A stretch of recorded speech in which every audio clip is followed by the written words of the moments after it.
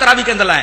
حضرت عمر رضی اللہ تعالیٰ عنہ کے خزانچی ہیں عبد الرحمن بن عبد القاری، وہ کہتے ہیں کہ میں عمر رضی اللہ تعالیٰ عنہ کے ساتھ مسجد نبوی کی طرف نکلا، دیکھا کہ ایک آدمی اکیلے تراویح کی نماز پڑھ رہا ہے. فَإِذَا النَّاسُ أَوْزَاعُهُمْ مُتَفَرِّقُونَ، الگ الگ پڑھ رہے ہیں. ایک آدمی الگ تراویح کی نماز پڑھ رہا ہے اکیلا، اور ایک آدمی ایک جگہ تراویح پڑھ رہا ہے، اس کے ساتھ چند لوگ پڑھ رہے ہیں. اس طرح کوئی آدمی اکیلا پڑھ رہا ہے، کوئی آدمی جماعت کے ساتھ پڑھ رہا ہے.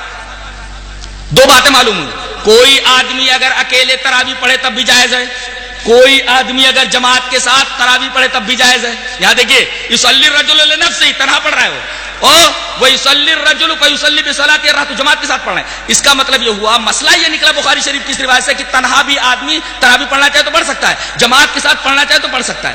اب حضرت عمر نے دیکھا کہ یار ایک ہی مسجد میں بہت سارے لوگ الگ الگ پڑھ رہے ہیں، آوازیں ٹکرا رہی ہیں، تو میں ایسا کرتا ہوں کہ ان کو ایک امام کے پیچھے جمع کر دیتا ہوں، سب لوگ ایک امام کے پیچھے پڑھیں.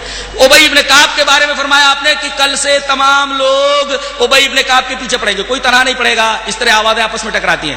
دوسرے دن پھر کہتے ہیں حضرت عبد الرحمن بن عبد القاری کہ میں حضرت عمر کے ساتھ نکلا، دیکھا کہ تمام لوگ اپنے قاری کے پیچھے، حضرت ابی ابن کعب کے پیچھے سب تراویح کی نماز پڑھ رہے ہیں. تو حضرت عمر نے یہ منظر دیکھ کر کے فرمایا نعم البدعۃ ھذہ، کتنی اچھی بدعت ہے یہ.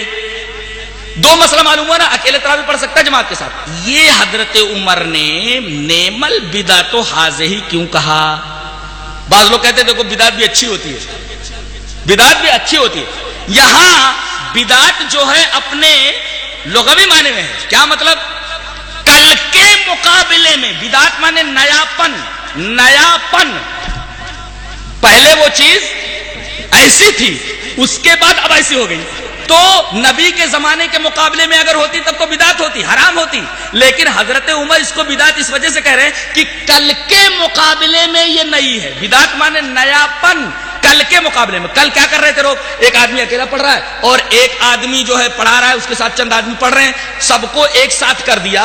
تو کل کے مقابلے میں یہ نیا ہے. نبی کریم صلی اللہ علیہ وسلم کے زمانے کے مقابلے میں نیا ہوتا تب بدعت ہوتی. اور حضرت عمر یہ نہیں کہنا چاہتے، اس لیے کہ حضرت عمر ایسا کیسے کہہ سکتے ہیں؟ نبی نے تو 3 دن سب کو جماعت کے ساتھ تراویح کی نماز پڑھائی ہے. اور بدعت وہ ہوتی ہے جس کی نظیر نبی کریم صلی اللہ علیہ وسلم کے زمانے میں نہ ہو. نبی کریم صلی اللہ علیہ وسلم نے 3 رات تو پڑھائی ہے نا تراویح، اس کو حضرت عمر بدعت کیسے کہہ سکتے ہیں؟ حضرت عمر نے جو بدعت کہی وہ کل کے مقابلے میں. کل جو لوگ اس طرح پڑھ رہے تھے اب ایک امام کے پیچھے پڑھ رہے، تو کل کے مقابلے میں یہ نیاپن بہت اچھا ہے. نعم البدعۃ ھذہ، یہ معنی ہے نعم البدعۃ ھذہ کا. اس سے لوگ استدلال کرتے ہیں کہ بدعتیں بھی بعض اچھی ہوتی ہیں، بعض بری ہوتی ہیں، جبکہ ہر بدعت گمراہی ہوتی ہے. نبی کریم صلی اللہ علیہ وسلم کی وہ حدیث جو ابی جابر بن عبداللہ سے آئی تھی، جسے امام ابن ماجہ کتاب الصیام کے اندر لائے ہیں، اس کے اندر اتنا کل بدعت ضلالہ، ہر بدعت گمراہی ہے. کوئی بدعت اچھی ہو ہی نہیں سکتی، کوئی بدعت حسن ہو ہی نہیں سکتی. اب دیکھیے